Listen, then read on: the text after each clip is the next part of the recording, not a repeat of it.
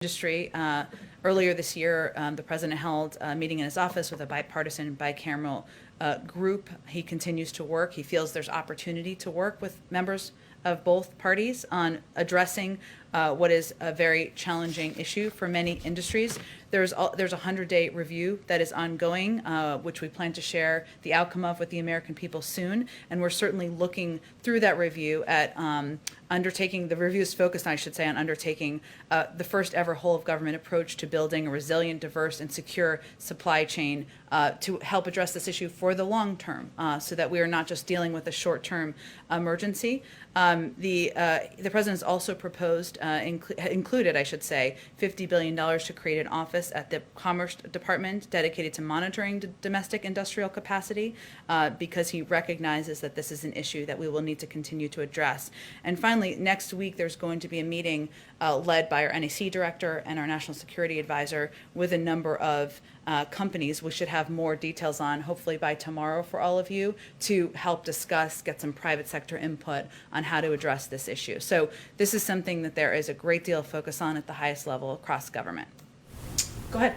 Just following up what Tam said, in the president's meeting, the president's supposed to meet with the Japanese prime minister next Friday, and I'm wondering if he'll ask Japan to place restrictions on exports of semiconductor chips to China.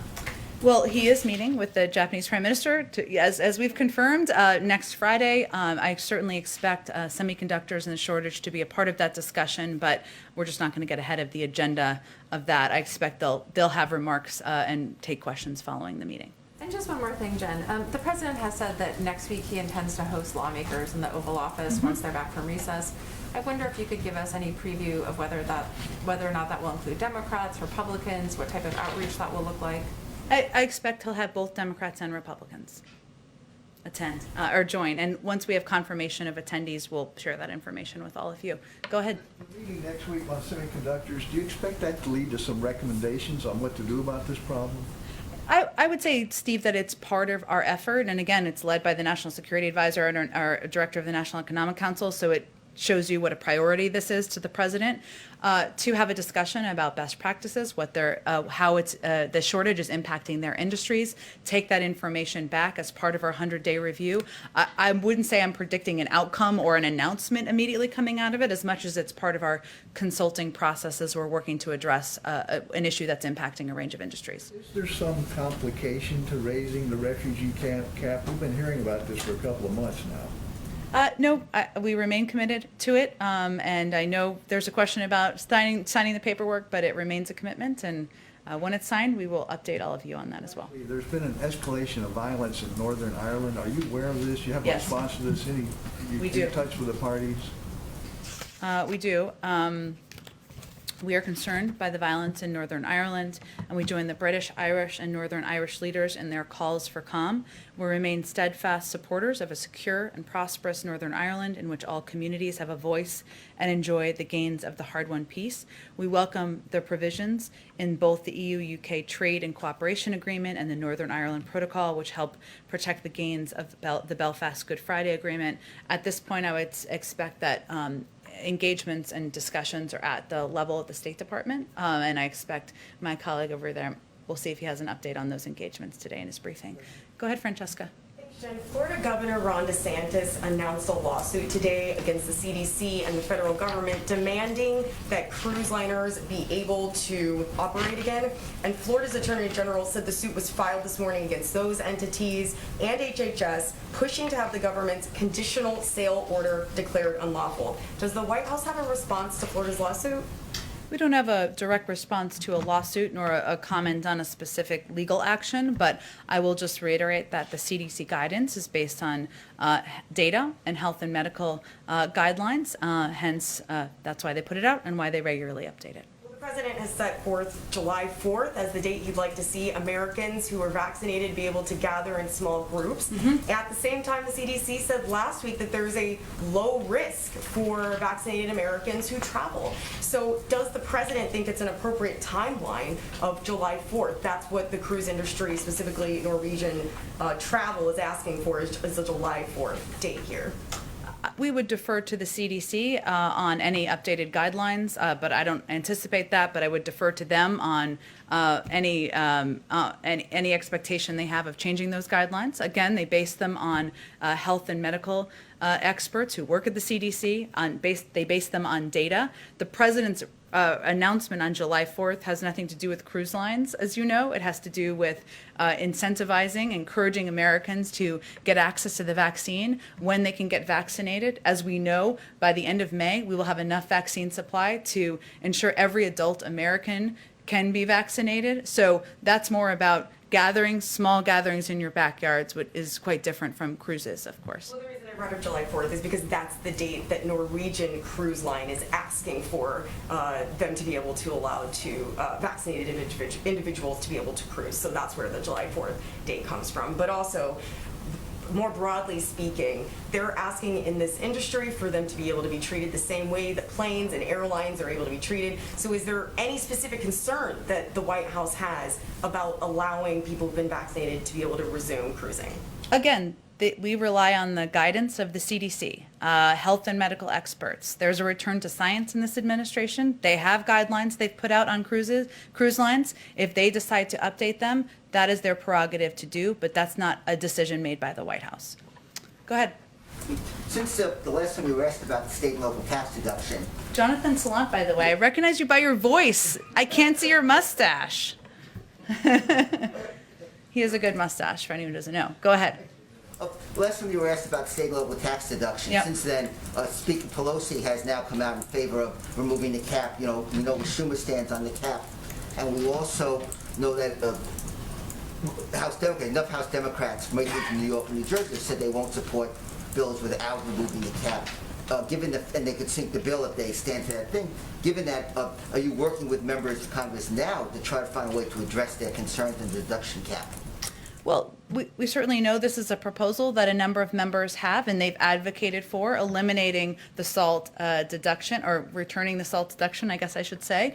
It is not a revenue raiser, as you well know, but we are open to hearing their ideas, whether it's this or whether it is different proposals or different numbers for the corporate tax rate, what it could be raised to, or whether it is different ways we can approach expanding broadband access or rebuilding our roads, railways, bridges, and helping our caregivers. So we expect this to be a part of the discussion. We expect members to continue to bring forward ideas, including around issues like SALT, and that will be a part of the negotiations moving forward. The other question is, before President Biden took office, he got a letter from advocates, safety advocates who lost loved ones in truck crashes. Mm-hmm. Truck crashes are up about 35% over the last 10 years. They asked them to support certain provisions, technology to reduce crashes. Those technologies, including automatic braking systems, speed delimiters, were recommended on Tuesday by the National Transportation Safety Board. Is that something the President supports? Or you're going to have people in the agencies look at trying to impose some of those new safety restrictions? I'd certainly have to talk to him about it, but the good news is our Secretary of Transportation is coming tomorrow to the briefing room, so it sounds like a good question. Somebody can ask him as well. But we'll see if we can get something more for you before then as well. And one thing, I know under the Obama-Biden administration, they began a rulemaking to address sleep apnea, which was implicated in several fatal crashes. It was dropped in 2017. Is that something, again, you guys are looking at resurrecting that rule? I remember that rule well. I would have to check with our team who works on rulemaking as it relates to transportation. And again, these all sound like good questions for our Secretary of Transportation, but we'll work in between now and then to get you some answers as well. Go ahead, Ann. Yeah, just back on the liability, gunmaker liability issue again, at the risk of flogging a dead horse. I'm just wondering if you can explain what changed between when, as a candidate, Biden said that he would send legislation himself on day one to now, day 70, whatever it is, when your position is that Congress should do this on its own. Is that right? What I don't think we're saying on its own, on their own. Just like there is legislation on banning assault weapons that the president supports, there's legislation on expanding universal background checks, which he supports. There's also been legislation, many cycles of Congress on gun liability, holding gun manufacturers to the same liability standards as other industries. So all I'm conveying is he would certainly advocate for that, as he did today. There is an opportunity to reintroduce legislation. We're certainly hopeful that members do that, and he would advocate for it and certainly use the power of the presidency to move it forward. Has he ruled out drafting something himself, or you guys yourselves? Well, I think it's not necessary. It's not perhaps necessary, given there have been a range of bills proposed that would address exactly this issue, and a range of leaders in Congress who have been advocates for putting in place common sense gun safety measures. I wouldn't rule anything out. All I'm conveying is that there has been a range of bills put forward in the past that he would support that would address exactly this issue. Go ahead, Ann. Go ahead. Actually, something Okay, go ahead. So there's a spike in coronavirus cases in Japan, and vaccines are in very short supply. With the Prime Minister coming next week and the Tokyo Olympics as a huge priority for the Japanese, is it still the U.S. position that American athletes should attend those games? And are you persuaded, is the President persuaded, that they will be safe? Our position hasn't changed. Obviously, we work in close coordination with the U.S. Olympic Committee on assessing, and with our health and medical advisors in the U.S. government on assessing, but our position has not changed in their attendance at the games. One more very quickly. Is there any update on announcements for ambassadors? We're now past March, which you had said was sort of when many other administrations had done so, and you haven't put any big ones forward yet. I don't have an exact update other than to convey that I would expect that nominees for career nominees will probably be in the first slate of nominees for ambassadors as you're planning. Go ahead. Thank you, ma'am. A couple questions on the President's gun safety executive orders.